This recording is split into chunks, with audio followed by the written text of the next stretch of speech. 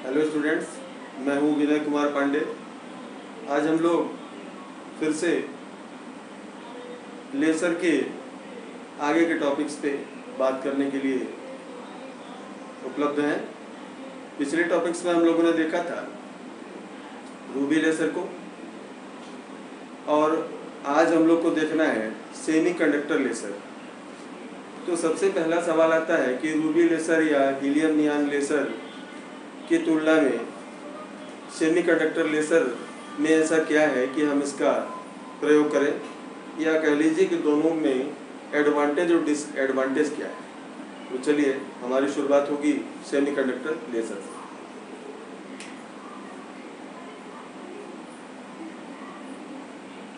Semiconductor laser. अब semiconductor laser आप जानते हैं कि एक सॉलिड स्टेट लेसर है, और हमने सॉलिड में ही रूबी लेसर पर भी बात की थी। तो इन दोनों के बीच में क्या एडवांटेज है, क्या डिसएडवांटेज है, पहले इसकी चर्चा हो जाए तब हम जानें कि इसकी ज़रूरत क्या है। तो सबसे पहली चीज़ है सेमीकंडक्टर लेसर, और यहाँ मैं लिख देता हूँ ऑर्डिनरी का सेंस रूबी लेसर से है, हीलियम नियॉन लेसर से। इन दोनों में और इसमें ऐसी क्या विविधता है। तो जो सबसे पहला टर्म है वो होगा आपका इफिशियंसी। सबसे पहली चीज़, हम किसी भी लेज़र को बना रहे हो, हमारे लिए ज़रूरी होगा कि हम इफिशियंसी देख लें। तो हमेशा सेमीकंडक्टर की इफिशियंसी किसी अन्य लेसर की तुलना में बेहतर होती है। तो सबसे बड़ा एडवांटेज तो इफिशियंसी का है। It is of high efficiency, low efficiency then semiconductor की तुलना में। चलिए अब दूसरे टॉपिक का रुख करते हैं। दूसरी चीज़ ये होती है कि हम जिस लेसर को ले रहे हैं उस लेसर का आकार क्या है। अगर हम यहाँ रूबी लेसर की बात करें तो रूबी लेसर कम से कम 5 सेंटीमीटर लंबा होगा। जब ऑपरेटर्स को आप लेंगे तो थोड़ा सा और बड़ा होगा। और यहाँ अगर हम बात करें सेमीकंडक्टर लेसर की तो उसकी तुलना में कॉम्पैक्ट इन डिज़ाइन, काफ़ी कॉम्पैक्ट है, काफ़ी छोटी जगह चाहिए होती है। तो यहाँ हमारी छोटी जगह में ही हमें वो यूटिलाइजेशन मिलता है जो वहाँ पे जाकर हमें मिलता है।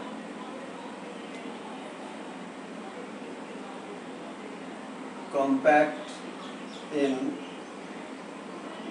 डिज़ाइन, और यहाँ क्या है, टेक्स मोर स्पेस। यहाँ ज़्यादा स्पेस की आवश्यकता होती है। अब यहाँ तीसरी बात जो सबसे ज़्यादा महत्वपूर्ण है, हमने यहाँ देखा था कि जब कभी भी हम रूबी लेसर लेते थे तो रूबी लेसर में हम पॉपुलेशन इन्वर्जन की बात जब करते थे तो हमारी बात इस लेवल पे होती थी कि हमें डिस्क्रीट एनर्जी लेवल पे बात करनी होती थी, यानी विविक्त ऊर्जा स्तर पर। लोअर एनर्जी लेवल के इलेक्ट्रॉन्स बड़े एनर्जी लेवल के इलेक्ट्रॉन्स पर जाते थे, वहाँ पर स्टिमुलेटेड इमिशन होता था। तो इस प्रकार से यहाँ केवल 1% of active material is used. यहाँ केवल 1% एक्टिव मटेरियल ही यूज में आता था, जबकि यहाँ क्या होता है, whole semiconductor is use for laser. यहाँ पूरा सेमीकंडक्टर ही यूज में आता है और यहाँ केवल 1% एक्टिव मटेरियल यूज होता था। तो यहाँ इन दोनों चीज़ों को देखकर हम कंपेयर करके ये कह सकते हैं कि हमें ऑर्डिनरी लेसर की तुलना में अब सेमीकंडक्टर लेसर को लेना चाहिए। इसमें कुछ एडवांटेजेस हैं। तो अब हमारी अगली चर्चा होगी, अगली बात होगी स्ट्रक्चर पर, यानी बनावट पर। कैसे सेमीकंडक्टर को हम बनाएं, सेमीकंडक्टर लेसर को कैसे बनाया जाता है।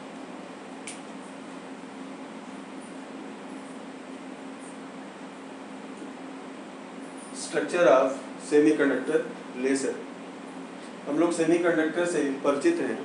3 तरह की चीज़ें होती हैं, इंसुलेटर है, कंडक्टर है, और दोनों के जो बीच का है वो सेमीकंडक्टर है। तो यहाँ पर सेमीकंडक्टर के स्ट्रक्चर की बात की जाए तो सबसे पहले 1961 में गैलियम आर्सेनाइड को यूज़ किया गया था। तो यहाँ पे पीएन जंक्शन को हम इस प्रकार यूज़ करेंगे। मैं एक फिगर बना रहा हूँ यहाँ पर। अब इस फिगर में आप देखेंगे कि हमने देखो विशेष मतलब, तो यहाँ पे हम देखेंगे कि हमने 2 अलग अलग पी और एन को ले लिया है, दोनों जंक्शंस को। इसको आप पी रख लें और इसको एन रख लें। ये जो बीच की जगह आपको दिखाई दे रही है, ये है डिप्लेशन लेयर, और यहीं से ऊपर पी जंक्शन है और नीचे एन जंक्शन है। अब अगर हम यहाँ पे बात करें कि हमको पीएन जंक्शन को यूज़ कैसे करना है, इस पीएन जंक्शन डायोड का यूज़ कैसे होगा, तो ये बड़ा आसान होगा। यहाँ पे हम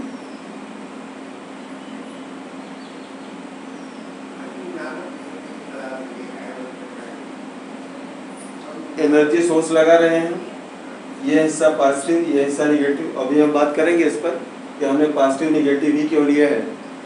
पहले हमारी चर्चा का विषय यहाँ से शुरू हो। इस प्रकार हमने पी और एन को लगा लिया। जो बीच का डिप्लेशन लेयर है, ये बीच का हिस्सा, ये डिप्लेशन लेयर इसके लिए एक्टिव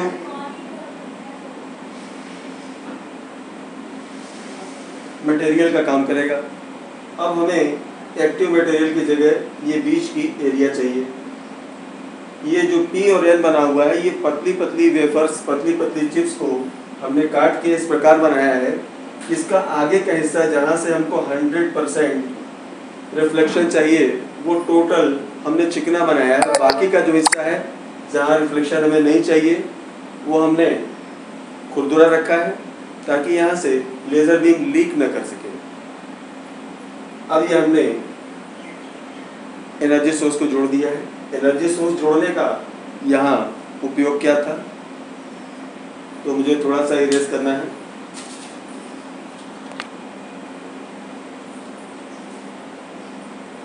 पूरे इसके लिए तो ऊपर से निकालो।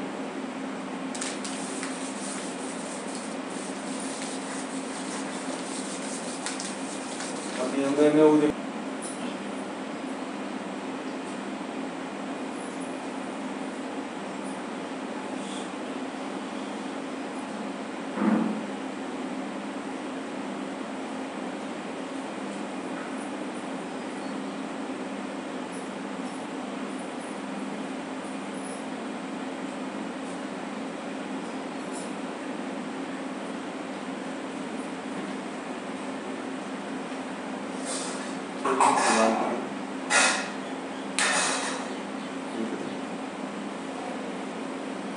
तो यहाँ तक हमारी बात थी कि हमने ये कनेक्शन जोड़ दिया। आप जानते हैं कनेक्शन हमने जोड़ा फॉरवर्ड बायस में। यहाँ पे थोड़ी चर्चा कर लें कि हमने फॉरवर्ड बायस ही क्यों जोड़ा है, रिवर्स बायसिंग क्यों नहीं ली, और बायसिंग क्या होती है, क्या ज़रूरत है इसकी, और पंपिंग के लिए हमने एनर्जी सोर्स लिया है तो स्थिति क्या बनेगी। अगर हम यहाँ कंडक्शन बैंड और बैलेंस बैंड को देखें किसी भी सेमीकंडक्टर के लिए, तो हम पाएंगे, ये मैं बना रहा हूँ, ये है मेरा बैलेंस बैंड, और यहाँ मैंने बनाया है सीबी यानी कंडक्शन बैंड, हिंदी में संयोजी बंद और संयोजी बैंड, और ये है आपका चालन बैंड। इन दोनों के जो बीच का गैप है ये है ईजी। ये वो अवस्था है जिसकी स्थिति ये है कि इस समय हमने कोई टेम्परेचर नहीं दिया है, ये संतुलन की स्थिति में है। तो दोनों के बीच का जो गैपेज है वो 1 इलेक्ट्रॉन वोल्ट के लेवल का है। अब हम जरा सा थोड़ा सा चेंज करते हैं यहाँ पे। अब कंडीशन ये होती है कि बैलेंस बैंड और कंडक्शन बैंड में से जब थोड़ी सी टेम्परेचर हम देते हैं तो बैलेंस बैंड से इलेक्ट्रॉन कंडक्शन बैंड तक पहुंचता है। इसको जब एनर्जी मिलती है तो ये कंडक्शन बैंड तक आता है।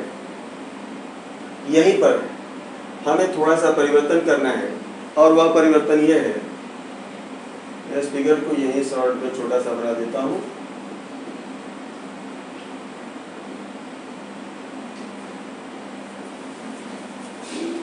ये तीसरा फिगर देखिए।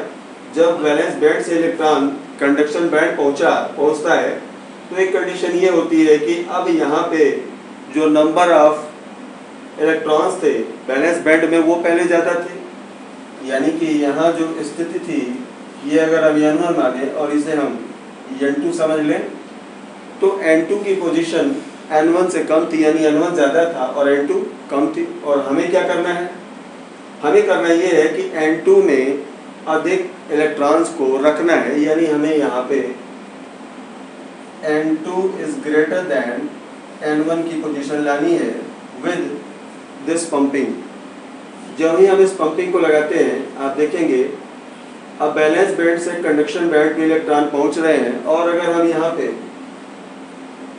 फोटान इसी के लेवल का 1 इलेक्ट्रॉन वोल्ट के लेवल का इससे अधिक ऊर्जा का फोटान अगर हम यहाँ डालें तो आप पाएंगे कि यहाँ से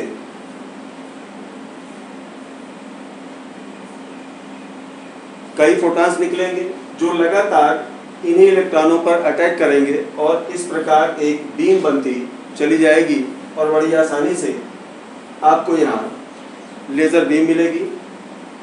यहाँ पे एक छोटी सी बात रह गई थी बाइसिंग की, तो मैं बता दूं बाइसिंग किसे कहते हैं, हमने ये सारी चीज़ें अचीव कैसे की थी। तो यहाँ पे हमारी बात मीन्स ऑफ बाइसिंग और नीड क्या थी बाइसिंग की। आप देख रहे हैं P को हमने पॉजिटिव से जोड़ा, N को हमने नेगेटिव से जोड़ा। जब इसको नहीं जोड़ा था यानी कंडीशन ये रही होगी कि P और N जब कहीं से जुड़ा नहीं था,